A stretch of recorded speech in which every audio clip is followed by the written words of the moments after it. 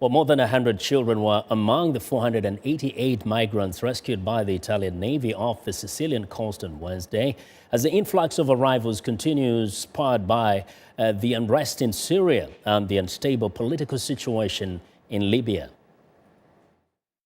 Men from sub-Saharan Africa wearing life jackets entered the San Giorgio naval vessel by the wet dock, relieved to have been rescued from the heavy seas. The children are currently housed on ships still at sea after being plucked from perilous boats. Some of the children are being placed on different boats from their parents as they were brought to safety, and emotional scenes took place on deck as family members found each other once again. European Union parliamentary elections this weekend have prompted an often bitter debate across the region about how to handle the rising tide of migrants from Africa, the Middle East and Asia reaching Europe's shores. For the frontline country of Italy, its naval forces feel they are virtually alone in carrying out the most important search and rescue mission in the history of the European Union.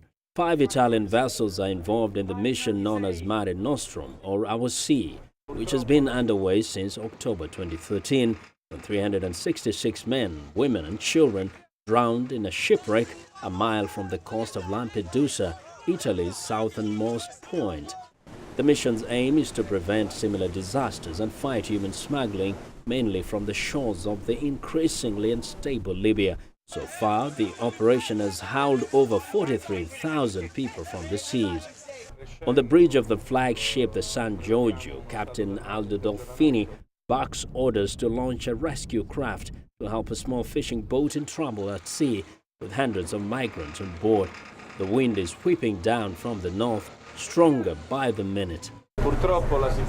Unfortunately, the situation is deteriorating. The wind force is increasing. We foresee a worsening of the sea conditions. Our objective is to reach the boat and, if we need to, intervene as quickly as possible. We will try to get there before dark, because that's when everything becomes more difficult. Snipers take up positions on the San Giorgio deck in case there is any trouble from trigger-happy human traffickers. Dolfini is sure if they had not been rescued, they would all have drowned in the high seas. The San Giorgio enters the wet dock carrying 300 Eritrean men, scared and tense. They are to be quickly transferred to another Italian vessel, the frigate Vega. Prime Minister Matteo Renzi's government is pushing for more European Union involvement in Mare Nostrum, both in financial terms and in the form of ships. We cannot stop Mare Nostrum. It would mean an immediate death sentence for millions of people. There will certainly be an evolution of Mare Nostrum. It could grow or be reduced, but it just can't be stopped at the moment. Italy wants the rules of governing asylum within the EU, known as the Dublin Regulation, to be made more flexible. Well, we want to know what you think about Africa 54 and the stories we cover. Join the conversation on Facebook. The address is Africa 54, and check out our headlines 24/7 on voaafrica.com.